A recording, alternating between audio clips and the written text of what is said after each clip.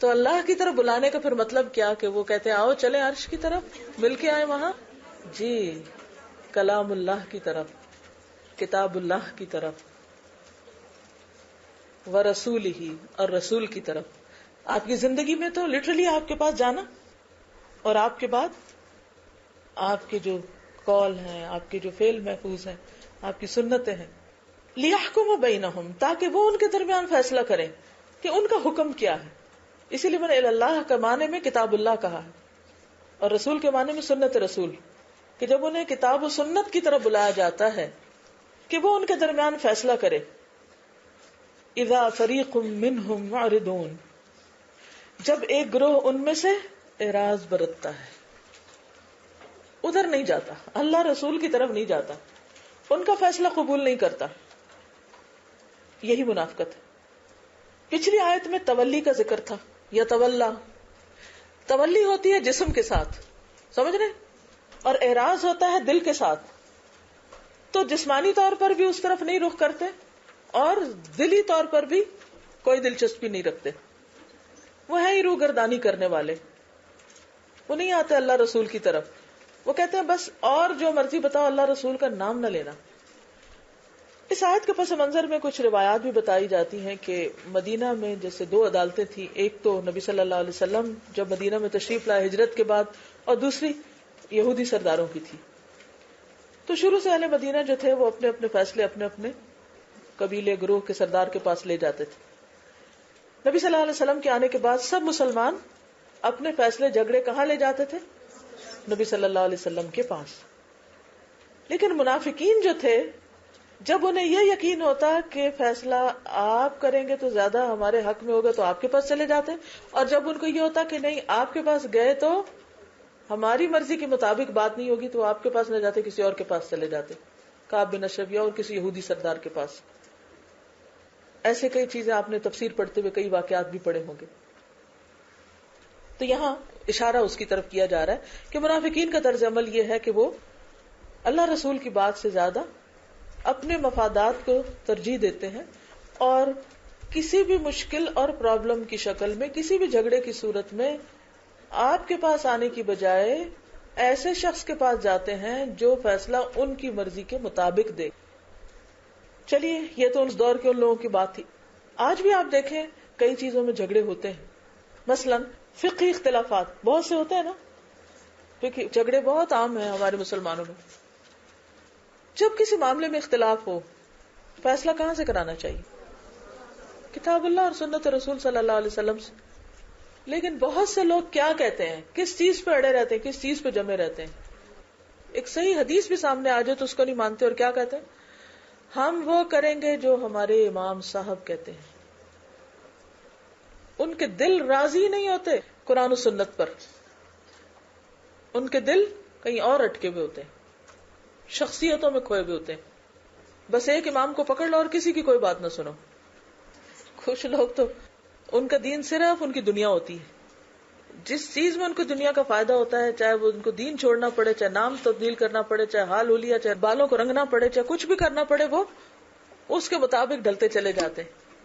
تو اس لیے ہم سب کو, بہرحال میں نے شروع میں کہا تھا ہمیں اپنا جائزہ لینا ہے کہ کسی بھی اختلاف میں جب ہمیں کہا جائے کہ آؤ دیکھو قرآن و سنت کیا کہتے ہیں, تو ہم کیا کرتے ہیں اس وقت. پتہ چل بھی جائے تو بھی فوراً قبول کرتے ہیں, یا کہتے ہیں اچھا ذرا میں اور تحقیق کر لوں, اچھا ورقہ پلٹا آگے پیچھے, اچھا پھر ایسے کیسے ہو سکتا ہے کہ ہمارے امام کو نہ پتا ہو, ان سے کیسے یہ بات مس ہو گئی, انہوں نے کیوں نہیں کہا.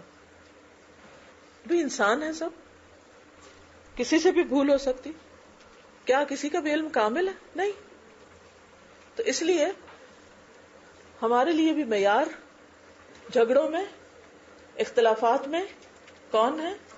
جب تک بولیں گے نہیں تو میں نہیں آگے چلوں گی. قرآن و سنت, پھر دیکھتے ہیں آپ جو بولتے ہیں وہ کرتے بھی ہیں کہ نہیں.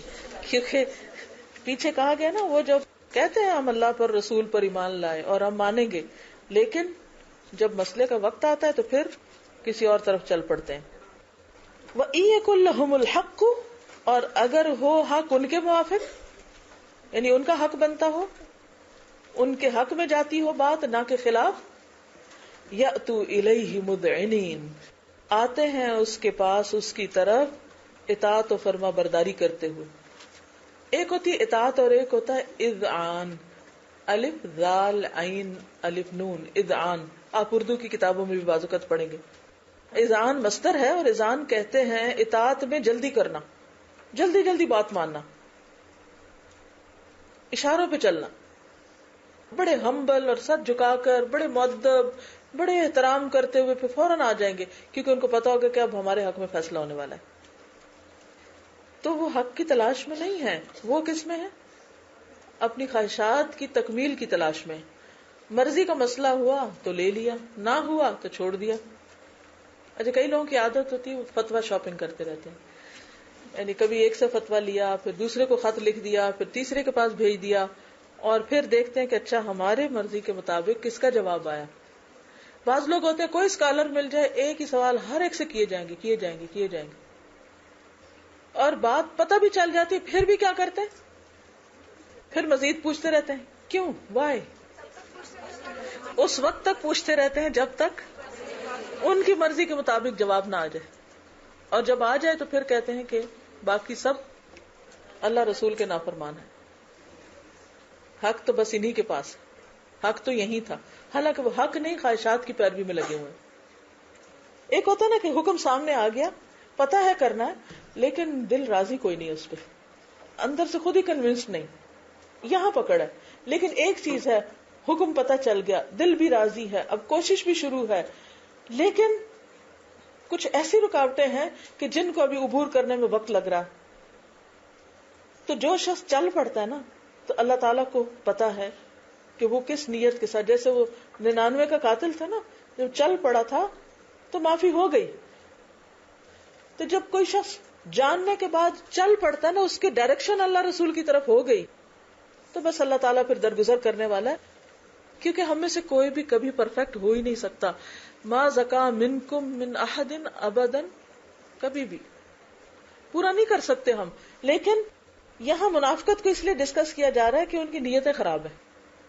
سورۃ نور کے احکامات پڑھنے کے بعد ہم سب کو اپنے اپنے دلوں کا جائزہ لینا چاہیے کہ کیا ہمارے دل راضی ہو گئے اللہ رسول کی بات پہ، اور اگر نہیں تو ڈرنے کا مقام ہے کہ اگر قرآن آنکھوں کے سامنے کھلا ہے اور دن رات پڑھ رہے ہیں، یاد کر رہے ہیں، پھر بھی دل راضی نہیں، تو پھر رو کے اللہ سے مانگے کہ اللہ کے دل بدل دے.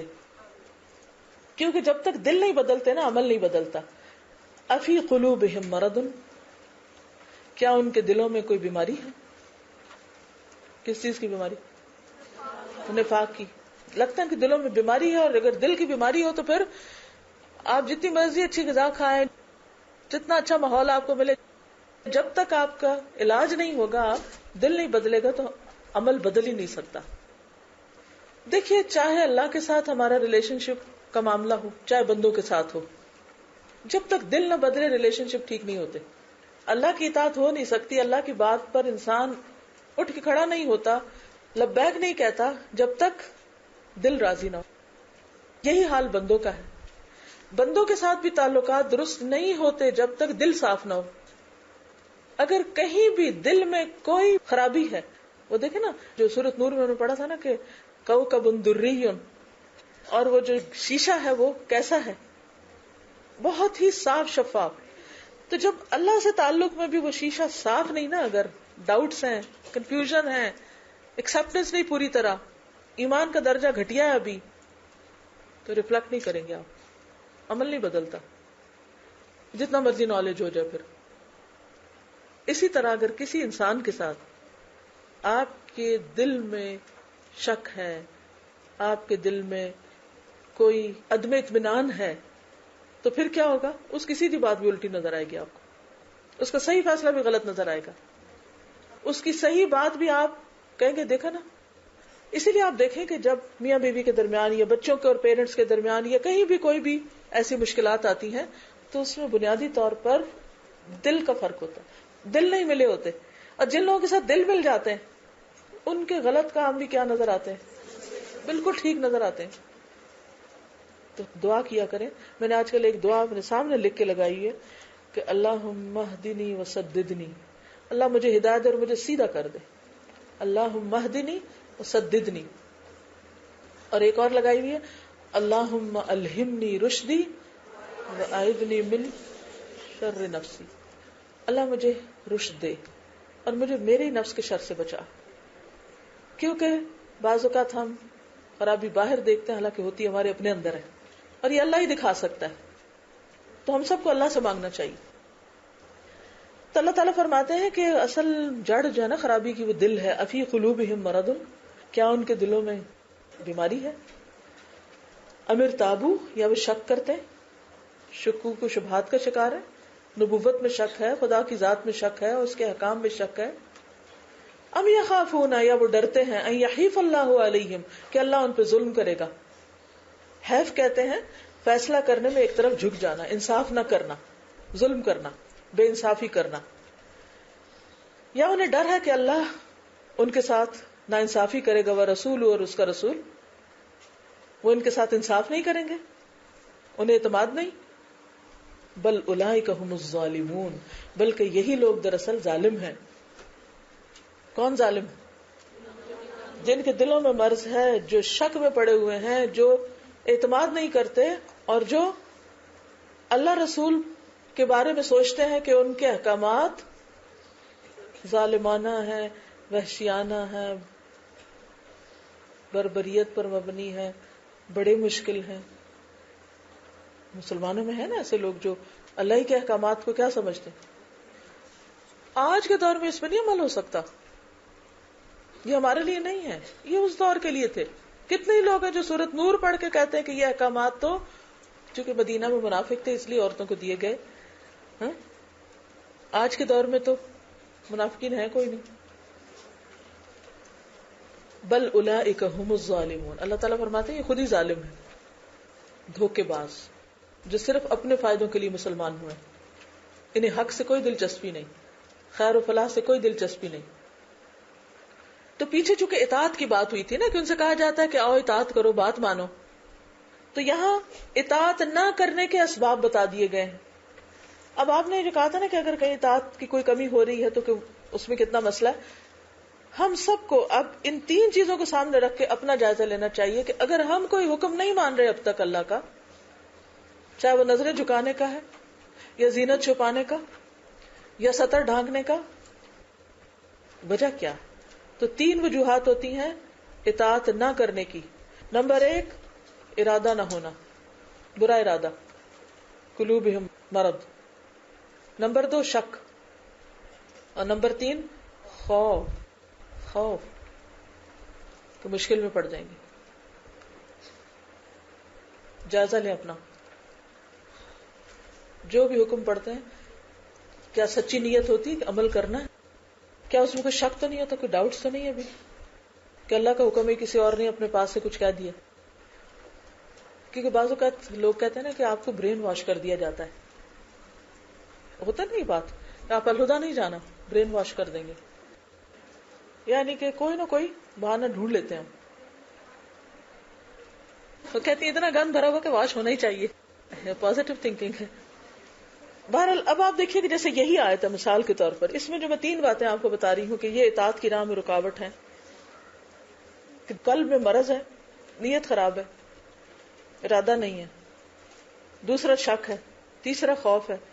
کیا یہ میں اپنے پاس سے لگا رہی ہوں؟ میں تو صرف 3 لفظ اس لیے دے رہی ہوں کہ ان 3 لفظوں میں ہم اپنے آپ کو جائزہ لے لیں کہ کہیں اس میں سے کوئی خرابی ہمارے اندر تو نہیں جو ہم تک ابھی تک کئی احکامات کے اوپر عمل نہیں کر رہے. انما کان قول المؤمنین, بے شک مومنوں کی بات ہوتی ہے, اذا دعوا الی اللہ ورسولہ, جب وہ اللہ اور اس کے رسول کی طرف بلائے جاتے ہیں, لیحکم بینہم, کہ وہ ان کے درمیان فیصلہ کریں, ان یقولوا سمعنا واطعنا, تو ان کا ریاکشن کیا ہوتا ہے, ان کا طرز عمل کیا ہوتا ہے؟ سمعنا واطعنا, ہم نے سنا, ہم نے مانا, ہم نے نہیں پوچھنا کہ کیوں, وائے, بس بتا دیا ہمیں تو ہم تو کرنے کو تیار ہیں. وَأُولَٰئِكَ هُمُ الْمُفْلِحُونَ, یہ لوگ یہی تو فلاح پانے والے ہیں, یہی تو ہیں جنہوں نے کامیاب ہونا ہے. کون ہے جنہوں نے واقعی کامیاب ہونا ہے؟ کہ جب اللہ رسول کی طرف, قرآن و سنت کی طرف تیسری کوئی بات نہیں کہی گئی, ان کو بلایا جاتا ہے تاکہ وہ ان کے اختلافات میں فیصلہ کریں، تو کہتے ہیں ہم نے سن لیا، اب ہم ویسا ہی کریں گے، ہم نے کچھ اور نہیں کرنا، وہی کریں گے جو اللہ رسول نے بتا دیا، نہ دائیں نہ بائیں، سر تسلیم خم، یسلموا تسلیما، کوئی تردد ہی نہیں، کیونکہ مکمل اعتماد. کسی بھی انسان پر اگر آپ کا مکمل اعتماد ہو، وہ آپ کو کہنا الٹا لٹک جائے تو آپ کہیں گے اچھا کہاں سے اور کس طرح میں جلدی سے لٹکوں ذرا، کیونکہ اسی میں میری صحت کا راز ہے کہ سر نیچے اور پاؤں پر. اعتماد جو ہے وہ انسان کو انسان سے بڑی بڑی قربانیاں کروا لیتا ہے، بڑے بڑے کام کرا دیتا ہے، اور جب اعتماد نہیں ہوتا تو انسان شک میں پڑتا. اچھا، حضرت عمر بن خطاب کہا کرتے تھے اسلام کی سربلندی لا الہ الا اللہ کی شہادت دینے، نماز قائم کرنے، زکوٰۃ ادا کرنے اور ان کی اطاعت بجا لانے میں ہے جنہیں اللہ نے مسلمانوں کا حاکم بنایا. یعنی اللہ اور رسول کے حکم کے مطابق جو فیصلہ کرے، یعنی نبی صلی اللہ علیہ وسلم کے زمانے میں تو یہ چیزیں تھی، پھر اس کے بعد آج جو عدالت یا جو بھی شخص قرآن و سنت کے مطابق فیصلہ کرے، اس کی بات کو ایکسپٹ کرنا ماننا بھی ضروری ہو جاتا ہے. آپ دیکھیں کہ جو چیز دل کی گہرائی میں اتر جاتی اس کے ساتھ ہمارا طرز عمل کیا ہوتا ہے؟ فوراً جھکاؤ ہو جاتا ہے، فوراً مان جاتے ہیں. اور پھر مزید فرمایا وَمَن يُطِعِ اللَّهَ وَرَسُولَهُ وَيَخْشَ اللَّهَ وَيَتَّقْهِ فَأُولَٰئِكَ هُمُ الْفَائِزُونَ. پہلے مفلحون، اب فائزون. مزید تاکید، جو اللہ اور رسول کی اطاعت کرے گا اور اللہ سے ڈرے گا اور اس کا تقویٰ کرے گا تو ایسے ہی لوگ کامیاب ہونے والے ہیں. تو جس کو کامیابی چاہیے اس کے لیے تو کوئی رکاوٹ ہے ہی نہیں، مشکل ہی نہیں. اب یہاں پر یخشا اور یتقی دو چیزیں آئی ہیں. خشیت عظمت کی وجہ سے ہوتی ہے، کسی کی بڑائی کی وجہ سے جو ڈر دل میں ہوتا ہے، جس میں تعظیم اور اجلال پایا جاتا ہے. اور تقویٰ جو ہے وہ کس طرح ہوتا ہے؟ اس میں ڈر بھی ہوتا ہے اور محبت بھی ہوتی ہے اور ایک شعوری احساس ہوتا ہے. تو جو لوگ اللہ سے ڈریں بھی، اس کا احترام کریں، اس کی بات مانیں اور اس کے رسول کے ساتھ بھی اچھا معاملہ کریں تو وہ کامیاب ہو کر رہیں گے. وَأَقْسَمُوا بِاللَّهِ جَهْدَ أَيْمَانِهِمْ، اور وہ اللہ کے نام کی پکی قسمیں کھاتے ہیں. کون؟ یہ ساری باتیں آج منافقین کے بارے میں. خوب جہد کا لفظ ہے نا، تاکید کے لیے آتا ہے، مشقت اور وسعت بھر کے لیے بھی، یعنی جتنا زور لگا سکتے ہیں یہ مانا ہے. ٹھیک ہے، جہد البلا کا لفظ بھی آپ نے پڑھا ہوگا. کیا قسمیں کھاتے ہیں؟ آپ دیکھیں ایک بندہ ہوتا ہے قسم کھاتا ہے اور ایک ہوتا ہے پوری قوت سے قسم کھاتا ہے اور خوب قسمیں کھاتا ہے. فرق ہے نا دونوں. تو یہاں پر یہ نہیں کہا کہ انہوں نے قسمیں کھائیں، بلکہ کہا جہد ایمان ہے، خوب قسمیں کھائیں. کس بات کی؟ لئن امرتہم، اگر آپ ان کو حکم دیں گے، لیخرجن، تو البتہ وہ ضرور نکلیں گے. کہاں؟ جہاد کے لیے، ساتھ چلیں گے، ساتھ دیں گے آپ کا. لیکن جب عمل کی باری آتی تھی تو وہ پیچھے ہٹ جاتے تھے. قل لا تقسموا، کہہ دیجیے مت قسمیں کھاؤ، کوئی ضرورت نہیں قسمیں کھانے کی. پھر کیا کرو؟ جب عمل کا وقت ہے تو کر کے دکھاؤ. طاعت معروفہ، معروف اطاعت کرو. دوسرا معنی یہ بھی کیا گیا کہ تم سے مطالبہ ہے اطاعت کا جس میں کوئی منافقت نہ ہو بلکہ معروف ہو. ایک معنی یہ بھی کیا گیا کہ تمہاری طاعت کا حال معلوم ہے، پتہ ہے جو کچھ تم کرتے ہو. ان اللہ خبیر، بے شک اللہ خبر رکھنے والا ہے. بما تعملون، ساتھ اس کے جو تم عمل کرتے ہو، تمہارے سارے اعمال کا اللہ کو خوب پتہ ہے، اس پر کوئی راز تمہارا چھپا ہوا نہیں ہے. قسمیں کون کھاتا ہے؟ یقین دہانیاں کون کراتا ہے؟ جس کو کوئی شک ہوتا ہے. جو جتنا جھوٹا ہوتا ہے اتنی اس کو قسمیں کھانے کی ضرورت ہوتی ہے. جس نے عمل کرنا ہوتا ہے تو وہ کر کے دکھا دیتا ہے، اسے کہنے کی ضرورت ہی نہیں ہوتی. نہ اسے بہانوں کی ضرورت ہے، نہ تعویلوں کی، نہ کچھ بھی نہیں. اس نے بس جو حکم ملا کر کے دکھا دیا، بات ہی ختم. قل اطیعوا اللہ واطیعوا الرسول، کہہ دیجئے اللہ اور رسول کی اطاعت کرو. اب آپ دیکھیے ہر آیت میں کیا آ رہا ہے؟ ایک ہی بات، کچھ کر کے دکھاؤ، اللہ رسول کی بات مانو. فَإِن تَوَلَّوْا، پھر اگر تم منہ پھیرتے ہو، فَإِنَّمَا عَلَيْهِ مَا حُمِّلَ، تو اس پر ہے جو وہ اٹھوایا گیا. کس پر؟ محمد صلی اللہ علیہ وسلم پر. کیا اٹھوایا گیا؟ ذمہ داری جو اٹھوائی گئی. کس چیز کی؟ نبوت کی، تبلیغ و دعوت کی. وَعَلَيْكُمْ، اور تم پر ذمہ داری ہے کس کی؟ ما حملتم، جو تم اٹھوائے گئے. بعض لوگ دین کا کام کر کے دوسروں پر احسان دھرتے ہیں، ہوتا نا ایسے. منافقین کا بھی یہی طرز عمل تھا. جب وہ چھوٹا موٹا کوئی کام کر لیتے، وہ ساتھ آپ کے چلے جاتے، اس کے بعد آپ کو جتاتے، ہم نے یہ بھی کیا، ہم نے یہ بھی کیا، وہ گننے لگ جاتے تھے ان کارناموں کو. لیکن مخلص مومن، ان کا ہمیشہ طرز عمل کیا ہوتا ہے کہ خاموشی سے کام کرتے اور پھر کیے ہوئے کو چھپانے کی کوشش کرتے ہیں. انہیں بتانے کی ضرورت نہیں ہوتی، ڈھنڈورا پیٹنے کی ضرورت نہیں ہوتی. تو اللہ سبحانہ وتعالیٰ فرماتے ہیں کہ اگر تم نہیں کام کرتے جو تمہیں کہا گیا ہے تو پھر محمد صلی اللہ علیہ وسلم اپنی ذمہ داری کے ذمہ دار ہیں اور تم پر تمہاری ذمہ داری کا بوجھ ہے. فَإِنَّمَا عَلَيْهِ مَا حُمِّلَ وَعَلَيْكُمْ مَا حُمِّلْتُمْ. ایک اور جگہ پر بھی آتا نا کہ یمنون علیک ان اسلموا، وہ اپنے اسلام لانے کا بھی تم پر احسان دھرتے ہیں کہ دیکھو ہم مسلمان ہو گئے. قُل لَا تَمُنُّوا عَلَيَّ إِسْلَامَكُمْ بَلِ اللَّهُ يَمُنُّ عَلَيْكُمْ. مجھ پہ مت احسان دھرو کہ تم مسلمان ہو گئے، اللہ ہی کا احسان ہے کہ وہ ہدایت دیتا ہے. تو ہم کوئی بھی نیکی کا کام کریں، کوئی بھی اچھا کام کریں تو کسی پر احسان نہ جتائیں. جو کچھ ہم کرتے ہیں وہ اپنے لیے کرتے ہیں، اور جو نہیں کرتے اس کا وبال بھی اپنے اوپر ہے. ہر ایک کو اپنا اپنا حساب خود دینا ہے. بس شرط پھر اطاعت ہی کی. وَإِن تُطِيعُوهُ تَهْتَدُوا، اگر تم اس کی یعنی محمد صلی اللہ علیہ وسلم کی اطاعت کرو گے تو ہدایت پاؤ گے. اس کے بغیر تم ہدایت یافتہ نہیں کہلا سکتے. تقاضا ایک ہی ہے، معیار ایک ہی ہے، کرائیٹیریا ایک ہی ہے ہدایت کا، اور وہ کیا ہے؟ باتیں نہیں، کام.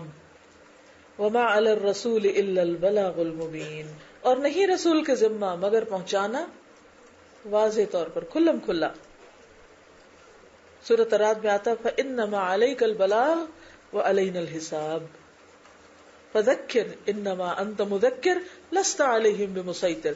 آپ نصیحت کریں، بات سمجھائیں، اور اس کے بعد فکر نہ کریں. وَعَدَ اللَّهُ الَّذِينَ آمَنُوا مِنْكُمْ، وعدہ کیا اللہ نے ان لوگوں سے جو تم میں سے ایمان لائے. وَعَمِلُوا الصَّالِحَاتِ، اور نیک کام کیے. کیا وعدہ ہے ان سے؟ لَيَسْتَخْلِفَنَّهُمْ فِي الْأَرْضِ، البتہ ضرور جانشین بنا دے گا ان کو زمین میں، یعنی ان کو زمین میں غلبہ عطا کرے گا. کیسے؟ کما استخلف الذین من قبلہم، جیسے اس نے خلیفہ بنایا تھا، غلبہ عطا کیا تھا ان لوگوں کو جو ان سے پہلے تھے. اشارہ ہے بنی اسرائیل کی طرف. فرعون کو ڈبویا اور بنی اسرائیل کو وارث بنا دیا. وَنُرِيدُ أَن نَّمُنَّ عَلَى الَّذِينَ اسْتُضْعِفُوا فِي الْأَرْضِ وَنَجْعَلَهُمْ أَئِمَّةً وَنَجْعَلَهُمُ الْوَارِثِينَ. تو اللہ تعالیٰ اہل ایمان سے بھی وعدہ کر رہا ہے کہ اگر تم نے اللہ اور اس کے رسول کی اطاعت کی تو تم ہی دنیا میں غالب ہو کر رہو گے، تمہیں اللہ قوت عطا کرے گا. وَلَيُمَكِّنَنَّ لَهُمْ دِينَهُمْ، اور البتہ ضرور جما دے گا ان کے لیے ان کے دین کو. کون سا دین؟ دین اسلام. ضرور ہی جمائے گا، یعنی مستحکم کر دے گا، مضبوط کر دے گا. الَّذِي ارْتَضَىٰ لَهُمْ، وہ جو اس نے ان کے لیے پسند کیا ہے. کس کو پسند کیا ہے؟ دین کو. الْيَوْمَ أَكْمَلْتُ لَكُمْ دِينَكُمْ وَأَتْمَمْتُ عَلَيْكُمْ نِعْمَتِي وَرَضِيتُ لَكُمُ الْإِسْلَامَ دِينًا. وَلَيُبَدِّلَنَّهُم مِّن بَعْدِ خَوْفِهِمْ أَمْنًا، اور البتہ ضرور بدل دے گا ان کو ان کے خوف کے بعد امن کی حالت میں، یعنی خوف کے بعد امن کے حالات ہو جائیں گے. شرط کیا ہے؟ ایمان اور عمل صالح، اطاعت. کتنے سچے وعدے ہیں اللہ کے. آج اگر خوف کی حالت ہے مسلمانوں کے لیے تو کیوں ہے؟ کیونکہ اللہ رسول کی اطاعت ہی نہیں ہے، ایمان ہی نہیں ہے. آج اگر زمین پہ غلبہ نہیں ہے مسلمانوں کا تو وجہ صاف ظاہر ہے. اگر آج دین مستحکم نظر نہیں آتا، جمع ہوا، اور اس پر لوگوں نے اس کو مضبوط پکڑا ہوا نہیں ہے، تو قصور اللہ کا نہیں، اس کے دین کا نہیں، ہمارا اپنا ہے. ان لوگوں کی خاص خصوصیت کیا ہے جن کو اللہ زمین میں غلبہ دے گا؟ یعبدوننی لا یشرکون بی شیئا، میری عبادت کریں گے، میرے ساتھ کسی کو شریک نہیں کریں گے. ابھی بات ہو رہی تھی نا کہ غم ہوتا ہے، دکھ ہوتا ہے تو لوگوں کے پاس جاتے ہیں، اور اسی طرح کی بہت سی چیزیں. تو نبی صلی اللہ علیہ وسلم نے کیا بتایا؟ اللہ اللہ ربی لا اشرک بی شیئا. شرک کا ایک یہ بھی درجہ ہے. اور جو بڑے بڑے شرک کے مظاہر ہیں تو وہ آپ دیکھ ہی رہے ہیں کہ اس وقت خود مسلمان ملکوں کے اندر کیسے کیسے شرک کے گڑھ ہیں، کیسے اللہ کی رحمت نازل ہو. جب لوگ سجدہ کر رہے ہوں قبروں کو، دعائیں مانگ رہے ہوں انسانوں سے، نظر و نیاز دے رہے ہوں، صدقہ خیرات کر رہے ہوں اللہ کے علاوہ اوروں کے نام پہ، اور دین کے کام کر رہے ہوں کسی اور غرض سے، رحمت اور برکتیں کہاں سے نازل ہوگی؟ آگے کب بڑھیں گے؟ تو بات یہ ہے کہ جب تک شرک کا خاتمہ نہ ہو، جب تک توحید اللہ کے لیے خالص نہ ہو، ساری کوششیں بیکار ہے، ذاتی زندگی میں بھی، اجتماعی زندگی میں بھی. نبی صلی اللہ علیہ وسلم نے جزیرۃ العرب سے شرک کا خاتمہ کیا تھا، تو اللہ نے وہاں بھی مسلمانوں کو جمایا، اور اس کے بعد خلفائے راشدین کے دور میں کس طرح اسلام جو تھا وہ چاروں طرف پھیلا. صحابہ کرام کے اندر سب سے بڑی کوالٹی تھی، سب سے بڑھ کر اللہ پر ایمان، اور اس ایمان میں انتہائی سچے، انتہائی خالص، مخلص، اللہ کے سوا اور کوئی غرض ہے ہی نہیں کچھ کرنے کی. کسی نے پوچھا نا کہ اگر کوئی اللہ کے راستے میں جہاد کرتا ہے اور اس کی غرض دنیا کی شہرت پانا بھی ہے، کہا نہیں، جو صرف اللہ کے لیے کرتا ہے وہی اصل میں کرتا ہے، کوئی اور چیز شریک ہو جائے تو پھر برکت ختم. یعبدوننی لا یشرکون بی شیئا ومن کفر بعد ذلک، اور جو اس کے بعد کفر کرے، نہیں اللہ رسول کی اطاعت کے بعد، ایمان لانے کے بعد، فاولئک هم الفاسقون، تو ایسے لوگ فاسق ہیں، نافرمان ہیں. اللہ نے قرآن پاک کی متعدد آیات میں اہل ایمان کی مدد کا وعدہ کیا ہے. جہاں ہم دیکھیں کہ ہماری مدد نہیں ہو رہی، وہاں اپنی غلطی تلاش کرنے لگے.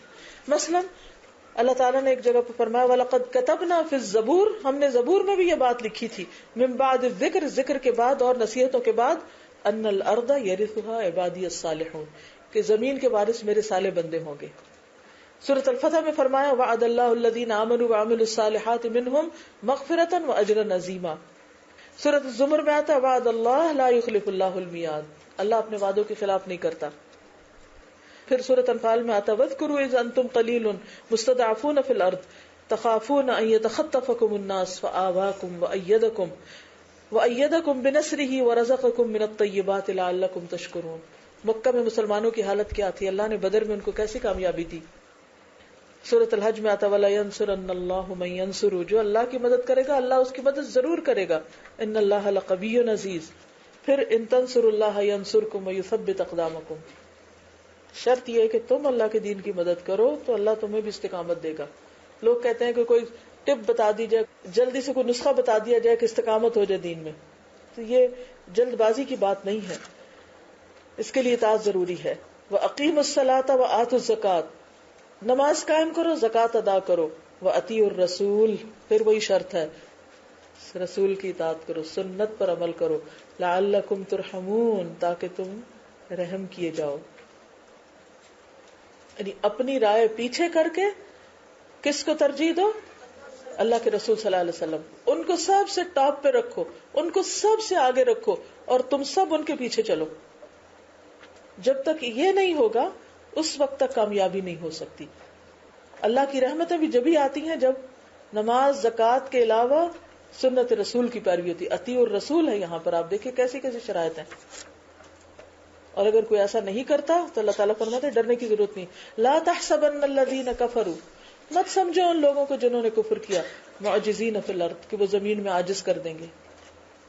وہ اللہ کو اپنے ارادے سے باز کر سکتے ہیں.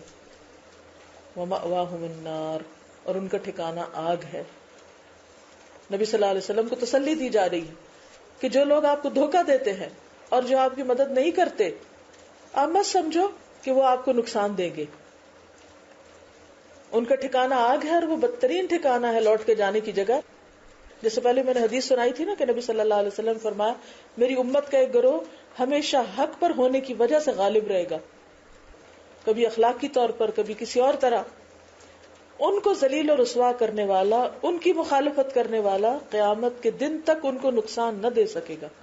اسی لیے ہر دور میں کیسے بھی حالات ہو، لیکن دین کے اصل پیور سرچشمے ان پہ کوئی قابو نہیں پا سکا، وہ اپنی جگہ موجود ہے. دین ہر حال میں غالب ہے، چاہے اس پہ عمل کرنے والوں کی تعداد کم ہی کیوں نہ ہو، کیونکہ سچائی ہمیشہ غالب رہے. دعوانا ان الحمدللہ رب العالمین. سبحانک اللہم وبحمدک، نشہد ان لا الہ الا انت، نستغفرک ونتوب الیک. السلام علیکم ورحمۃ اللہ وبرکاتہ.